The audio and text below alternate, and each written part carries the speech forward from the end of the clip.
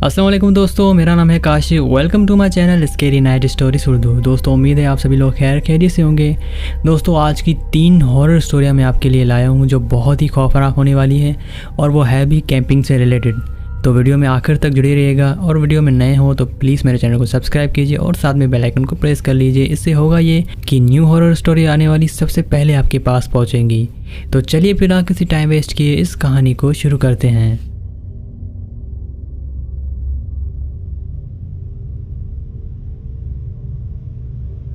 ये 35 साल पुरानी बात है। चीज़ें उस वक्त काफ़ी अलग थी।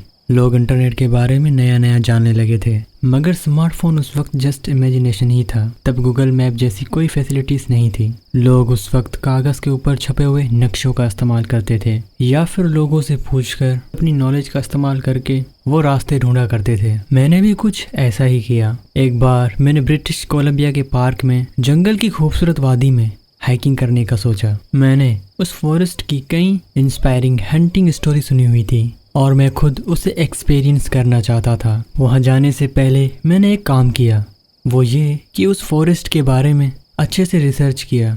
वहां का वेदर कंडीशन, किसी तरह की पाबंदी और खासकर वहां का नक्शा समझा। ये इसलिए था ताकि मैं वहां जाने से पहले वहां सरवाइव करने के लिए काम आने वाली ज़रूरी चीज़ें रख सकूं। मैं जल्द से जल्द वहां जाने के लिए और हंटिंग करने के लिए बेहद एक्साइटेड था। इसलिए मैं अपनी हंटिंग राइफल, बुलेट्स और एक hunting knife, GPS, first aid kit और एक मैप रखना नहीं भूला। और फॉरेस्ट कंडीशन में इस्तेमाल होने वाले costumes, body warmer, waterproof boots भी रख लिए। थोड़ा खाने पीने का सामान भी रखा था जो मेरे पूरी ट्रिप में काम आने वाला था। जाने से पहले मैंने सबसे अच्छा काम ये किया कि मैंने अपने दोस्तों को बताया कि मैं कहाँ जा रहा हूँ और कब तक वापस आ जाऊँगा। ये इसलिए ज़रूरी था कि अगर कोई इमरजेंसी हो जाए और मैं वापस ना लौटूं तो किसी को तो पता हो कि मुझे ढूंढना कहाँ है। मैंने अपना बैकपैक तैयार किया और कार में डालकर निकल गया नेशनल फॉरेस्ट की तरफ। वो फॉरेस्ट काफ़ी घना था और जैसा मैंने रिसर्च किया था वो ख़तरनाक नहीं था। फॉरेस्ट के बाहर मैंने अपनी कार रोकी, बैकपैक पीठ पे टांगा और जंगल के अंदर घुस गया। जंगल में घुसते ही मुझे एक ठंडी हवा के झोंके ने वेलकम किया। मेरे पैरों के नीचे सूखे पत्तों की झरमराव की आवाज़ कानों को सुकून पहुंचा रही थी। वाह, वो जंगल की वाइब ही अलग होती है, शहर के शोर शराफे से बिल्कुल अलग। मैं जंगल के अंदर और अंदर घुसता रहा। मैं कैंप लगाने के लिए जंगल में एक अच्छी जगह तलाश रहा था, मगर मुझे कुछ और ही मिला। एक आदमी, शायद कोई लकड़हारा था क्योंकि उसके हाथ में एक कुल्हाड़ी थी और वो पेड़ काट रहा था। मैं उसके पास गया तो देखा कि वो बहुत ही लंबा चौड़ा एक आदमी था। उसे देखकर ऐसा लग रहा था कि जैसे उसने कितने सालों से नहाया नहीं है और ना ही कपड़े बदले हैं। उसके बाल काफी लंबे थे और कहीं कहीं से झड़ भी चुके थे। उसकी उलझी हुई दाढ़ी उसके चेहरे पर बहुत ही वियर्ड लग रही थी। उसके जिस्म से काफी गंदी बदबू आ रही थी। जब उसने मुझे देखा उसने अपना काम रोक दिया और हाथ में कुल्हाड़ी थामे मुझे ही घूर रहा था। उसे देखकर ही मुझे डर लग रहा था, लेकिन मैंने अपना डर अपने मुंह पर जाहिर नहीं होने दिया। अगर मैं डर कर उससे भागता तो शायद वो कुल्हाड़ी फेंक कर मुझे मार डालता। इसलिए मैं उसकी तरफ देखकर मुस्कुराया और बोला, हे कैसे हो तुम? मगर उसने कोई जवाब नहीं दिया।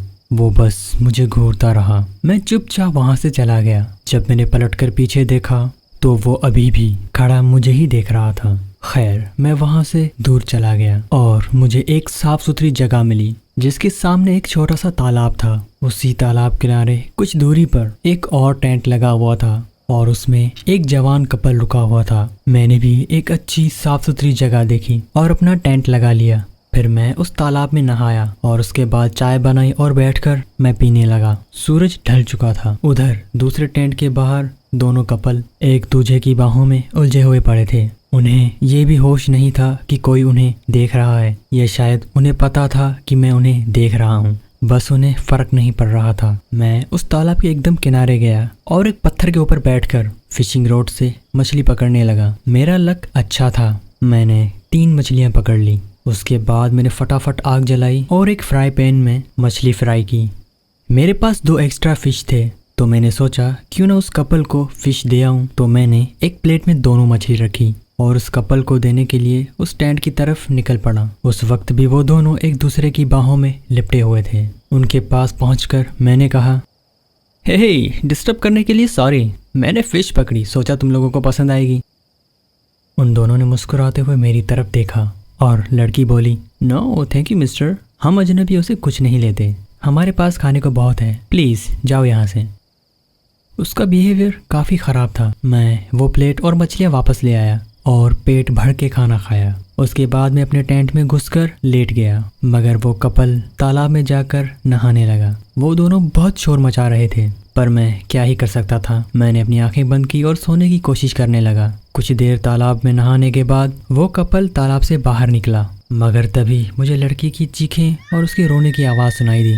लड़की अपने बॉयफ्रेंड का नाम लेकर रो रही थी। मैंने अपने टेंट से सिर निकालकर बाहर देखा तो जो मैंने देखा वो देखकर मेरे रोंगटे खड़े हो गए। उन दोनों के टेंट के बाहर जल रही आग की रोशनी में मैंने देखा कि वही लकड़हारा अपनी कुल्हाड़ी से उस लड़की के बॉयफ्रेंड को काट रहा था। तभी वो लड़की भागते हुए मेरे टेंट की तरफ आई, मगर उस लकड़हारे ने अपनी कुल्हाड़ी को पूरी ताकत से उस लड़की की तरफ फेंका और वो कुल्हाड़ी लड़की के सिर में जाकर धंसी और वो लड़की मेरे टेंट से कुछ ही दूरी पर जमीन पे गिरकर मर गई। अब वो लकड़हारा अपनी कुल्हाड़ी लेने के लिए उस लड़की की तरफ आया जो मेरे टेंट के पास गिरी हुई थी।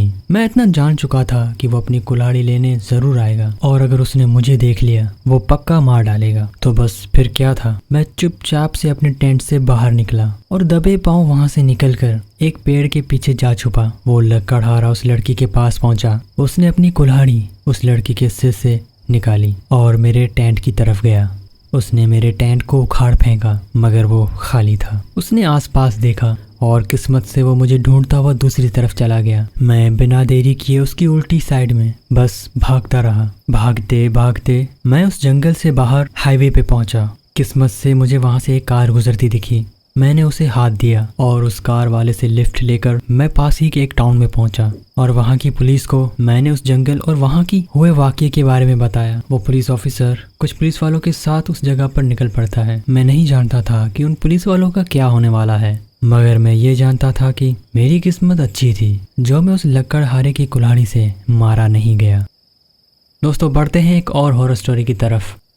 मेरा नाम डेविड है। ये मेरे कॉलेज टाइम का वाकया है। कॉलेज में मेरे 4 जिगरी दोस्त थे। हम चारों का फाइनल ईयर था। उसके बाद हम सभी दोस्त फर्दर स्टडीज के लिए अलग अलग कॉलेजेस में जाने वाले थे। इसलिए अलग होने से पहले हम सभी ने एक आखिरी बार कैंपिंग करने का फैसला किया। हम सभी दोस्त अपने शहर से 250 किलोमीटर दूर एक फॉरेस्ट में गए। वो फॉरेस्ट काफी घना था। लोग अक्सर कैंपिंग के लिए वहां जाते रहते थे, इसीलिए फॉरेस्ट में किसी बात का कोई खतरा नहीं था। बस शांत सुकून से भरा माहौल, खूबसूरत वादियां और ठंडे साफ पानी की कल कल करती नहरें। ऐसे सीन शहर में बिल्कुल देखने को नहीं मिलते। शहर की भीड़ और गाड़ियों की गड़गड़ाहट और पॉल्यूशन से नाक और कान दोनों खराब हो चुके थे। इन्हें चाहिए था कि कुछ पल का सुकून और साफ हवा। दोपहर के बाद हम फॉरेस्ट के बाहर खड़े थे। बस वहां से कुछ 400-500 मीटर फॉरेस्ट के अंदर हमें एक अच्छी लोकेशन का पता चला था, इसलिए हमने उस लोकेशन तक पैदल ट्रैक किया। फॉरेस्ट के अंदर उस लोकेशन पर पहुंचकर हमने नदी के किनारे कैंप लगाया। हमसे कुछ दूरी पर 2 और टेंट्स लगे हुए थे, जिसमें शायद एक फैमिली ठहरी हुई थी। 2 8-9 साल के बच्चे थे। उनके मॉम, डैड और उनकी छोटी बच्ची थी, शायद 1.5-2 साल की। उनकी मॉम छोटी बच्ची को गोद में लिए अपने टेंट के बाहर बैठी हुई थी और उसका हस्बैंड दोनों बच्चों के साथ नदी में खेल रहा था। मैं अपने टेंट के बाहर आग जला रहा था। बाकी मेरे तीनों दोस्त पास ही लकड़ियां बटोर रहे थे। कुछ देर में हमने आग जला ली और उसके पास बैठकर हम ताश खेलने लगे और बियर पीने लगे। कुछ ही देर में शाम होने लगी। सूरज ढलने लगा था। मेरे दोनों दोस्त खड़े उठे और जंगल में घूमने के लिए निकल गए। मैं बस आराम करना चाहता था, इसलिए मैं नहीं गया। उधर दूसरी तरफ जो दूसरी फैमिली कैंपिंग कर रही थी, उसमें लेडी अपनी बेटी को गोद में लिए अपने टेंट के बाहर टहल रही थी। शायद वो उसको सुला रही थी। बाकी उसका हस्बैंड और दोनों बच्चे जंगल में घूमने चले गए थे। जैसा कि मैंने पहले भी कहा था कि वो फॉरेस्ट सेफ था, वहाँ कोई खतरनाक जानवर नहीं थे, इसलिए शाम के वक्त इवन रात में भी वहाँ घूमने में कोई प्रॉब्लम नहीं होती थी। अंधेरा होने वाला था। मेरे दोस्त अभी तक वापस नहीं आए थे। मुझे अब सिगरेट पीने की तलब लगी। मैंने बैग में देखा मगर सिगरेट का पैकेट नहीं मिला। फिर मुझे याद आया कि सिगरेट का पैकेट तो गाड़ी में ही रह गया। बस फिर क्या था, मैं फौरन खड़ा उठा और कार की तरफ चल दिया। उस फॉरेस्ट में नेटवर्क बिल्कुल नहीं थे, इसलिए मैं अपने दोस्तों को कांटेक्ट भी नहीं कर सकता था। 15-20 मिनट चलने के बाद मैं अपनी कार के पास पहुंचा। जैसे ही मैंने अपनी कार को खोलने के लिए अपने जेब से चाबी निकाली, मेरे पीछे से एक आवाज आई, कौन हो तुम? मैंने फौरन पलटकर पीछे देखा। मेरे पीछे एक फटेहाल आदमी खड़ा था जिसने पुराने मैले कुचे कपड़े पहने हुए थे। उसके दांत पीले और बाल उलझे हुए थे। चेहरे में चोट के निशान और दाढ़ी भी बहुत लंबी थी और उलझी हुई थी। उसकी एक आंख बिल्कुल सफेद थी। कद में वो मुझसे छोटा था और मोटा भी। उसे देखकर कोई भी आसानी से डर सकता था। वो मुझसे फिर बोला, कौन हो तुम और यहाँ क्या कर रहे हो? मैंने बोला, हे ब्रो, क्या चाहिए तुम्हें? वो बोला, भाग जाओ यहाँ से, ये तुम्हारे बाप की जगह नहीं है। मैंने कहा, ठीक है, मैं बस सिगरेट लेने आया हूँ, फिर चला जाऊँगा। उतना कह के मैंने फौरन अपनी कार का दरवाज़ा खोला और अंदर बैठ गया। बाहर वो आदमी खड़ा मुझे ना जाने क्या क्या बक रहा था। मैं बस उसे गुस्से में बोलता देख पा रहा था। वो बहुत ही गुस्से में था। उसने जमीन से लकड़ी पत्थर उठाकर मेरे कार पे मारना शुरू कर दिया। मैं कार से बाहर निकल के उससे बात करता तो शायद वो मुझ पर अटैक कर सकता था। इसके लिए मैं उसके जाने तक अपनी कार में ही बैठा रहा। कुछ देर में वो चला गया। मैंने एक सिगरेट जलाई और कश मारने लगा। जेब से फ़ोन निकाला। उस वक्त फ़ोन में नेटवर्क आ रहे थे। दोस्तों को कॉल लगाया लेकिन मगर वो अभी भी आउट ऑफ कवरेज एरिया थे। थोड़ी देर में मैं कार से बाहर निकला और इत्मीनान करने के बाद वो पागल आदमी आसपास तो नहीं, मोबाइल की फ्लैश लाइट ऑन करके मैं वहां से वापस कैंप की तरफ चल पड़ा।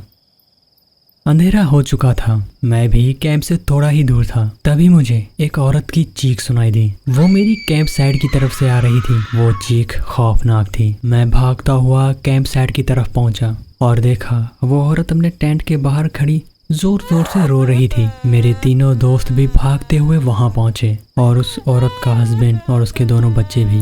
हम सभी ने उस औरत के टेंट के अंदर देखा और देखकर हमारे भी रोंगटे खड़े हो गए। उस औरत की 2 साल की बेटी अंदर खून से लथपथ मरी पड़ी हुई थी। उसके कपड़े उतरे हुए थे और जिस्म जगह जगह से नोचा हुआ था। उसके हाथों और पैरों का मांस किसी जानवर ने बुरी तरह से नोच डाला था। उस औरत के हस्बैंड ने उस बच्ची की लाश को अपनी गोद में उठाया। तब मैंने देखा उसकी बॉडी में कुछ जगह इंसानी दांतों के निशान थे। उसे शायद किसी इंसान ने खाया था। उसकी माँ ने बताया अपनी बेटी को टेंट में सोता हुआ छोड़कर टॉयलेट के लिए गई थी। जब बच्ची के रोने की आवाज आई तो वो वापस दौड़ कर आई। जब वो वापस आई तो उसने देखा कि वो मरी हुई थी। मैंने सभी को बताया कि मैंने जंगल में किसी पागल आदमी को देखा है, शायद ये उसी का काम है। हम सभी फौरन उस जंगल से बाहर निकले और पुलिस के पास जाकर उस वाकये की रिपोर्ट दी। पुलिस ने उसी रात उस जंगल में सर्च ऑपरेशन चलाया मगर उन्हें कहीं भी उस आदमी का नाम निशान तक नहीं मिला। न जाने वो आदमी कहाँ गया होगा, किस जंगल में होगा और न जाने वो किसको अगला शिकार बनाएगा। शायद वो सिर्फ कमजोर और छोटे बच्चों को अपना शिकार बनाता हो, कौन जाने। दोस्तों बढ़ते हैं आखिरी स्टोरी पर। बहुत ही खौफनाक होने वाली है।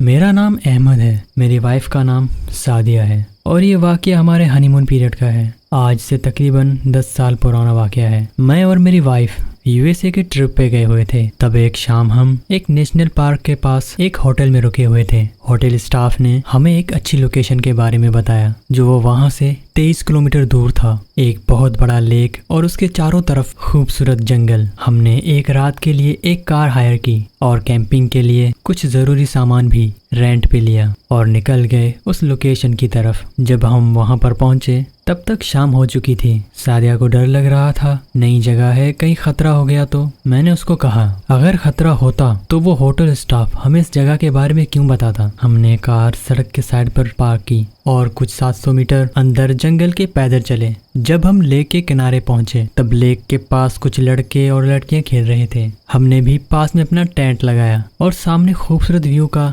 मजा लेने लगे। वो लड़के लड़कियों का ग्रुप अंधेरा होते ही वहां से चला गया। हमने वहीं पास में अपना टेंट लगाया। अब उस जगह पे मैं और मेरी वाइफ सादिया बिल्कुल अकेले थे। हम रात के लिए खाना पैक करके लाए थे, तो हमने फटाफट खाना खत्म किया और फिर टेंट के बाहर आग जलाकर कुछ देर बैठ के बातें करने लगे। हमारे सामने एक बड़ा सा लेक था। आसमान के तारों के रिफ्लेक्शन से तैरते महसूस हो रहे थे। कानों में झिंगुरों की किरकिर आज पहली बार अच्छी लग रही थी। बहुत ही रोमांटिक सा माहौल था। लेकिन तभी अचानक हमें एक दर्द भरी चीख सुनाई दी।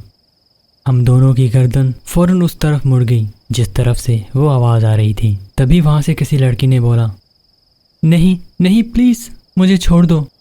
कभी वो चीखती रहती। वो ऐसे चीख रही थी कि मानो जैसे कोई उस लड़की को उसके जीते जी ही उसे काट रहा हो। उसकी चीखों की आवाज हमारी दाईं तरफ से आ रही थी। कुछ 150-200 मीटर दूर जंगल में से वो लड़की एक बार फिर से चीखी और उसकी चीख अचानक से बंद हो गई। सादिया और मेरे दिमाग में बस एक ही बात आई कि शायद किसी ने उस लड़की का गला काट दिया है। हमने फौरन अपने टेंट के बाहर जल रही आग बुझाई और फौरन अपना जरूरी सामान लेकर हम वहां से सीधा अपनी कार की तरफ भागे। हमारे पास टेंट को लपेटने का भी टाइम नहीं था। भागते भागते हम अपनी कार के पास पहुंचे, मगर जब मैंने कार को खोलने के लिए अपनी चाबी निकालनी चाही तो मुझे चाबी नहीं मिली। वो शायद भागते टाइम कहीं गिर गई थी। हमने फौरन मदद के लिए 911 पे कॉल किया और उन्हें उस वाक़े के बारे में रिपोर्ट दी। उसी इलाके में पुलिस की एक पेट्रोलिंग कार थी जो फौरन ही हमारी लोकेशन पर आ पहुंची और हमें बैठाकर शहर की तरफ ले जाने लगी। मगर अभी हम कुछ ही दूर चले थे कि पुलिस को अपनी कार की हेडलाइट की रोशनी में कुछ दिखा। एक आदमी जिसने कार्गो पैंट पहनी हुई थी और ऊपर से हुडी डाला हुआ था, वो जंगल से बाहर निकल रहा था। वो किसी भारी चीज को खींच रहा था, एक बड़ा सा काला बैग। लेकिन पुलिस की कार को देखकर वो बैग वही सड़क किनारे छोड़कर वापस जंगल में भाग गया। एक पुलिस वाला उसके पीछे भागा, मगर वो आदमी न जाने कहाँ गायब हो गया। उसके बाद एक पुलिस वाला उस बैग के पास गया और उसको खोल के देखने लगा। मैं भी कार से नीचे उतरकर उस बैग के पास गया। लेकिन उसके बाद जो मैंने देखा वो देखकर मेरी रूह कांप गई। उस बैग के अंदर किसी लड़की के बॉडी के टुकड़े पड़े हुए थे। किसी ने बड़ी नफरत के साथ और बड़ी बेरहमी से उस लड़की को काट डाला था। पुलिस ने अपने रेडियो में दूसरे पुलिस ऑफिसर्स को उस जगह की इंफॉर्मेशन दी और कुछ ही देर में पुलिस की कुछ और गाड़ियां वहां पे आ गई। पुलिस की एक कार से हमें हमारे होटल छुड़वा दिया गया। उसके बाद वहां क्या हुआ हमें कुछ नहीं पता। वो किलर किसी को मिला या नहीं कुछ नहीं पता, मगर वो जो भी था वो था बड़ा बेरहम कातिल। हम लोग लकी थे जो उसके हाथ नहीं लगे, वरना हम दोनों के टुकड़े किसी सड़क किनारे या किसी बैग में मिलते।